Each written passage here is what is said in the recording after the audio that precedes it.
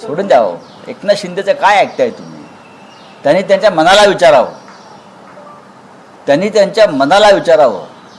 जर ते खरोखर बाळासाहेब ठाकरेंचे प्रेमी असतील की काय झाली चर्चा, की त्यांनी त्यांच्या मनाला विचारावं. कसल्या बट्ट्या कट्ट्या काय करतात ते, काय सांगतात आम्हाला तुम्ही? किती खोटं बोलाल तुम्ही. ठीक आहे, तुम्ही किती खोटे आहात, तुम्ही किती बकवास आहात, तुम्ही किती भ्रष्ट आहात, हे परवा सर्वोच्च न्यायालयाने 3000 कोटीचे तुमचे जी काय कमिशनबाजी होती त्याच्यावरती जो हल्ला केला आहे त्याच्यात स्पष्ट होत आहे. मी जे बोललो आहे ते 100% सत्य. मी त्याचा साक्षीदार आहे. मला त्याच्यात पडायचं नाही.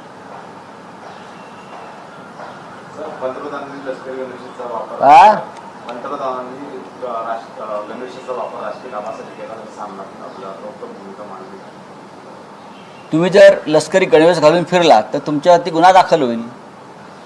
जी भारतीय न्याय संहिता आहे त्याच्यामध्ये काही जी कलमं आहेत, under section so and so, तुम्ही लष्करी गणवेश वापरलात किंवा लष्करासंदर्भातलं काही साहित्य वापरलं,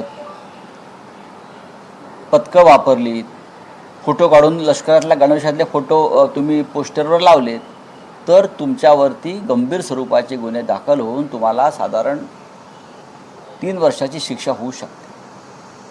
इथे तर राजकीय कारणासाठी पंतप्रधानांचे गणवेशातले फोटो वापरले जाऊन बिहार वगैरे जिथे निवडणूक आहेत तिथे भारतीय जनता पक्षाचे लोक हे फोटो वापरतात.